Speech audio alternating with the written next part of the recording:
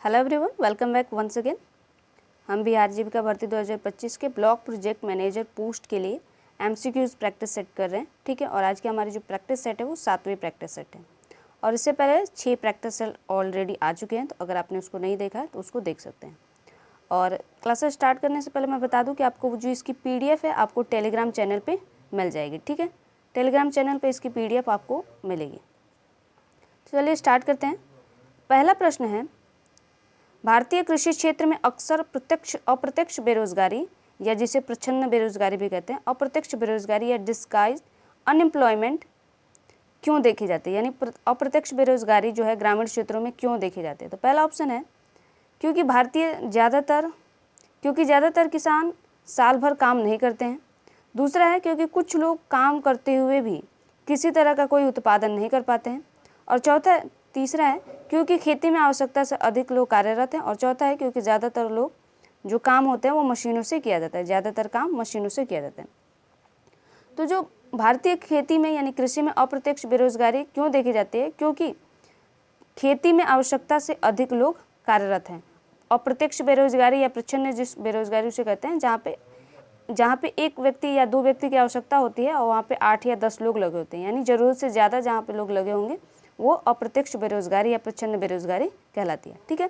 तो option number C इसका right जवाब था, क्योंकि खेती में आवश्यकता से अधिक लोग कार्यरत है। व्याख्या करेगा इसकी, तो अप्रत्यक्ष बेरोजगारी भारतीय कृषि की एक विशिष्ट समस्या है जहाँ एक ही काम में ज़रूरत से ज़्यादा लोग लगे होते हैं और अगर उनमें से कुछ को हटा दिया जाए तो भी उत्पादन पर कोई असर नहीं पड़ता, क्योंकि आवश्यकता से अधिक लोग लगे हुए हैं।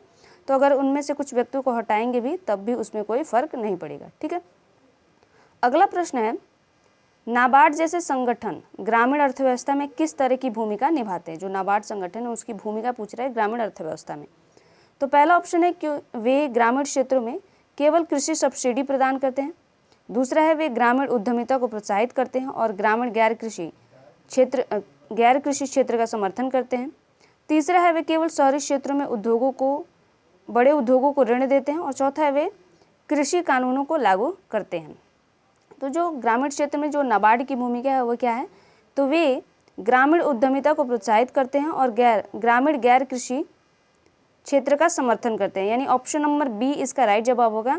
वे ग्रामीण उद्यमिता को प्रोत्साहित करते हैं और ग्रामीण जो गैर कृषि क्षेत्र हैं उसका समर्थन करते हैं। वे ग्रामीण, ठीक है, ऑप्शन नंबर बी इसका राइट जवाब होगा। और नाबार्ड की बात करें तो नाबार्ड जो है ग्रामीण क्षेत्रों में उद्यमों और गैर कृषि गतिविधियों के लिए वित्तीय सहायता और विकास को बढ़ावा देते हैं, यानी जो फाइनेंस यानी जो ऋण वगैरह होता है इसके माध्यम से देता है, ठीक है। तीसरा प्रश्न है कि कृषि के क्षेत्र की सबसे बड़ी चुनौती क्या है। कृषि क्षेत्र की सबसे बड़ी चुनौती क्या है। तो पहला है शहरी जीवन शैली को अपनाना है, या दूसरा है लघु और खंडित भूमि जोत है, तीसरा है आधुनिक तकनीकी तक पहुंच और चौथा है निश्चित और नियमित वेतन है, ठीक है। तो जो आपको पता है कि जो कृषि क्षेत्र की सबसे बड़ी समस्या क्या है इसमें से, तो लघु और खंडित जोतें हैं। ये जो भूमि का टुकड़ा है वो छोटे छोटे भूमि होती है, ठीक है, जिसपे खेती करने में क्या होती है, प्रॉब्लम्स आती हैं। तो ऑप्शन नंबर बी इसका राइट जवाब होगा। जो खेती की सबसे बड़ी समस्या क्या है, इसलिए क्या होती है कि चकबंदी की जाती है, ताकि जो किसान के पास जितने खेत हैं उसको इकट्ठा करें और एक जगह पे खेती करें।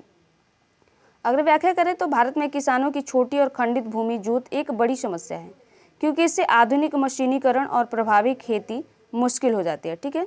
तो ध्यान रखना है इसका।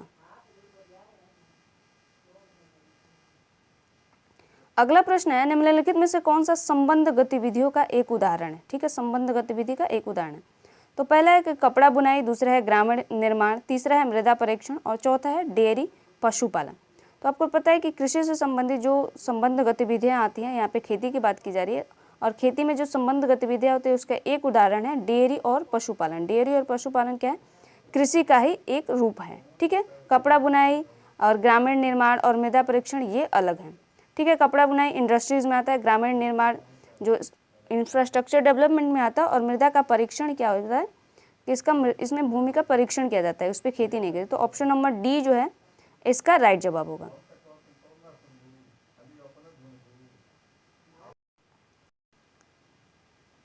ऑप्शन नंबर डी इसका राइट जवाब होगा। डेयरी यानी पशुपालन और डेयरी सीधे तौर पर कृषि आय को बढ़ावा देने में मदद करते हैं और उन्हें संबंध गतिविधियां माना जाता है, ठीक है। अगले प्रश्न पे चलते हैं। अगला प्रश्न कह रहा है कि ग्रामीण आबादी का शहरी क्षेत्रों में प्रवास करने का एक प्रमुख कारण क्या है। यानी जो ग्रामीण क्षेत्र के लोग हैं वो शहरी की ओर प्रवास करते हैं, उसका एक मेन रीजन क्या है। तो उच्च शैक्षणिक अवसरों की तलाश में जाते हैं, बेहतर स्वास्थ्य सुविधाओं की तलाश में जाते हैं, या ग्रामीण क्षेत्रों में रोजगार के अवसर में कमी के कारण जाते हैं, या ग्रामीण क्षेत्रों में बढ़ती आय के कारण जाते हैं। तो आपको पता है जो ग्रामीण आबादी है जो शहरी क्षेत्रों में क्यों पलायन करते हैं, तो ग्रामीण क्षेत्रों में रोजगार के अवसरों की कमी के कारण क्या करते हैं, वो शहरों की ओर पलायन करते हैं। ठीक है, गाँव में क्या होता है, रोजगार के साधन नहीं होते, इसलिए क्या करते हैं, लोग शहरों की ओर जाते हैं। तो ऑप्शन नंबर जो सी होगा इसका राइट जवाब होगा ऑप्शन नंबर सी।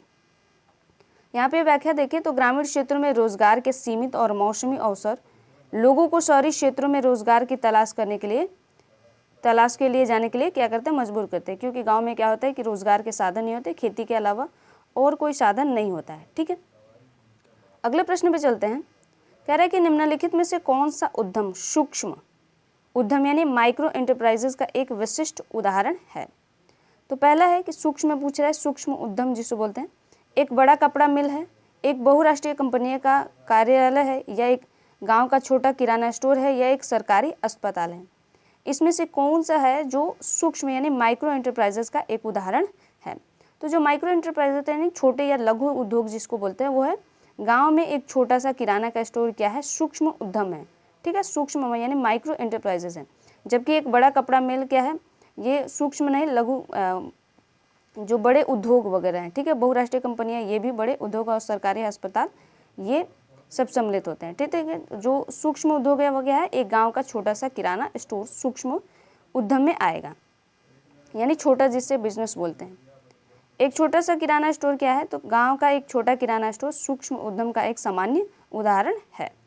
ठीक है, अगले प्रश्न पे चलते हैं। भारतीय ग्रामीण अर्थव्यवस्था की द्वैत प्रकृति यानी डुअल नेचर का क्या अर्थ है। डुअल नेचर का क्या अर्थ है पूछ रहे हैं। पहला अर्थ है कि केवल अमीर और गरीब किसान होते हैं इसमें। दूसरा है पूरी तरह से कृषि और पूरी तरह से सेवा क्षेत्र पर निर्भरता। तीसरा औपचारिक और अनौपचारिक क्षेत्रों का अस्तित्व। और चौथा है केवल 2 फसलों का उत्पादन। तो द्वैत प्रकृति का मतलब होता है, जो ग्रामीण अर्थव्यवस्था में द्वैत प्रकृति का मतलब होता है कि औपचारिक और अनौपचारिक क्षेत्रों का सह अस्तित्व। ठीक है, तो ऑप्शन नंबर जो सी होगा इसका राइट जवाब होगा औपचारिक और अनौपचारिक क्षेत्रों का सह अस्तित्व। यहाँ पे व्याख्या देख लेते हैं। कह रहे हैं कि द्वैत प्रकृति से तात्पर्य ग्रामीण अर्थव्यवस्था में 2 अलग अलग क्षेत्र जैसे औपचारिक और अनौपचारिक क्षेत्र या कृषि या गैर कृषि क्षेत्र के एक साथ मौजूद होने से है। जैसे खेती के लिए क्या होता है कि आप खेती करते हैं, साथ में साथ आपने छोटा सा कोई उद्योग स्थापित कर लिया है। ठीक है, कोई उद्यम आपने स्थापित कर लिया है, तो वो क्या होता है गैर कृषि क्षेत्र में स्टार्ट आ जाता है। और खेती आपकी क्या होती है, कृषि क्षेत्र, यानी औपचारिक और अनौपचारिक क्षेत्रों का मौजूद होना एक जगह पे। ठीक है, तो ऑप्शन नंबर सी इसका राइट जवाब है। अगला प्रश्न है कि भारतीय ग्रामीण अर्थव्यवस्था में ग्रामीण गैर कृषि क्षेत्र की बढ़ती भूमिका का क्या कारण है। यानी ग्रामीण क्षेत्रों में जो कृषि के अलावा और गैर कृषि क्षेत्रों का बढ़ने का एक मेन कारण क्या है वो पूछ रहे हैं। और पहला ऑप्शन है कि कृषि से घटती आय और उस पर कम हो रही निर्भरता। दूसरा है केवल शहरों में काम करने का अवसर। तीसरा है कृषि से बढ़ती आय। और चौथा है मशीनीकरण, कृषि का मशीनीकरण। तो आपको पता है कि जो ग्रामीण अर्थव्यवस्था में गैर कृषि क्षेत्रों की भूमिका क्यों बढ़ रही है, क्योंकि कृषि से घटती आय और उस पर कम हो रही निर्भरता। जो खेती से आय होती है वो कम हो रही है और उस पर क्या होती है, निर्भरता, क्योंकि खेती पर निर्भरता कम हो रही है।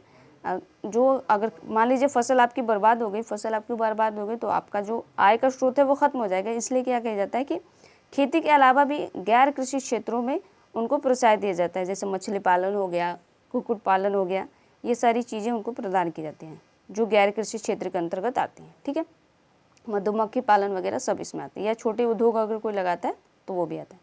तो ऑप्शन नंबर ए इसका राइट जवाब होगा कि कृषि से घटती आय और उस पर कम हो रही निर्भरता। व्याख्या करेगा तो अगर कृषि से घटती आय और रोजगार के वैकल्पिक स्रोतों की आवश्यकता ने ही ग्रामीण क्षेत्रों में गैर कृषि क्षेत्रों को बढ़ावा या उसके विकास को बढ़ावा दिया है। ठीक है, अगले प्रश्न पे चले तो अनौपचारिक क्षेत्र के श्रमिकों को अक्सर सामाजिक सुरक्षा लाभ जैसे स्वास्थ्य बीमा और पेंशन क्यों नहीं मिलता है। यानी जो अनौपचारिक क्षेत्र के श्रमिक हैं उनको जो सामाजिक सुरक्षा है जिसमें स्वास्थ्य बीमा और पेंशन आता है उसको क्यों नहीं मिलता है। तो पहला ऑप्शन है क्योंकि वे इन लाभों का उपयोग नहीं करना चाहते।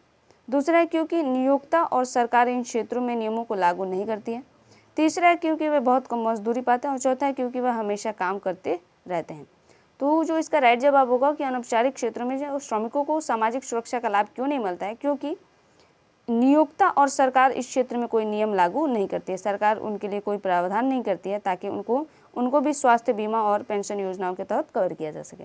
हालांकि सरकार क्या करती है, विभिन्न योजनाओं के माध्यम से अब उन्हें क्या कर रही है, उनको लाभ पहुंचाने का काम कर रही है। तो ठीक है, तो यहाँ पे नियोक्ता और सरकार इस क्षेत्र में नियम को लागू नहीं करती। तो अनौपचारिक क्षेत्र की एक मुख्य विशेषता यह है कि यह सरकारी नियमों से बाहर काम करते हैं और नियोक्ता सामाजिक लाभों का प्रावधान नहीं करते हैं। ठीक है, जैसे जो दिहाड़ी मजदूर वगैरह हो गए, वो डेली जो वर्कर हो गए, वो इसमें सम्मिलित होते हैं। और आज का हमारा ये लास्ट प्रश्न है, तो ग्रामीण अर्थव्यवस्था के भविष्य के लिए सबसे महत्वपूर्ण प्रवृत्ति क्या है? ठीक है, पहला है पूरी तरह से कृषि पर निर्भरता है। दूसरा है सिर्फ शहरी क्षेत्र में रोजगार के अवसर पर ध्यान देना है। तीसरा है ग्रामीण गैर कृषि क्षेत्रों का विकास करना है। और चौथा है विदेशी निवेश का पूरी तरह से रोकना है। तो यहाँ पे ध्यान देना है कि ग्रामीण अर्थव्यवस्था के भविष्य के लिए सबसे महत्वपूर्ण प्रवृत्ति कौन है? तो ग्रामीण क्षेत्रों में गैर कृषि को बढ़ावा देना है, यानी गैर कृषि क्षेत्र को भी बढ़ावा देना है। यानी ऑप्शन नंबर जो सी होगा इसका राइट जवाब होगा। ठीक है, ऑप्शन नंबर सी इसका राइट जवाब होगा, ग्रामीण गैर कृषि क्षेत्रों का विकास करना।